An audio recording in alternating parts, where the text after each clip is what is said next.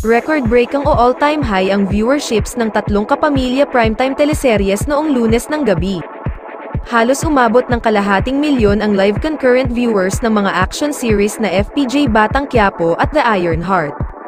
Tinutukan ng 478,297 live concurrent viewers ang pagsisimula ng bagong yugto sa buhay ng karakter ni Coco Martin na si Tanggol at ang wedding ni Ramon at Mac Ang.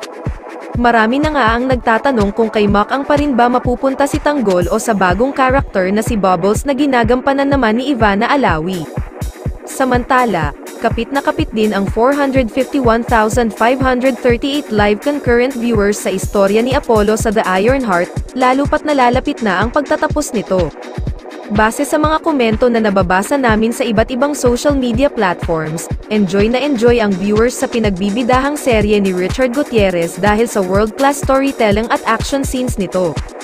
Noong Lunes nga, ay nagsimula na itong mapanood sa bansang Indonesia.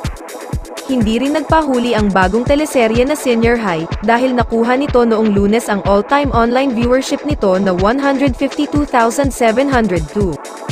Bet na bet ng viewers ang acting performance ng Gen Z stars ng serye sa pangunguna ni Andrea Brillantes. Bongga ng ABS-CBN, kahit wala na silang franchise ay tinututukan pa rin sila ng viewers, talagang patunay yan sa kasabihang, content is king. Kinabog nga ng kapamilya shows sa online world ang shows ng GMA7.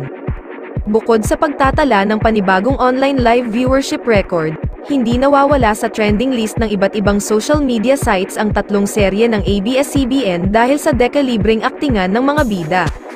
Sa totoo lang, nakaka-pressure kay Coco Martin itong araw-araw na ginagawa niya sa FPJ Batang Quiapo, talagang pinapaganda niya lalo para hindi lubayan ng mga manonood, kaya malaking challenge ito sa Barde Tandem. Limited series naman ang kasisimula pa lamang na maging sino ka man at may pinaghahandaan ang GMA7 na malaking serye na forte talaga nila.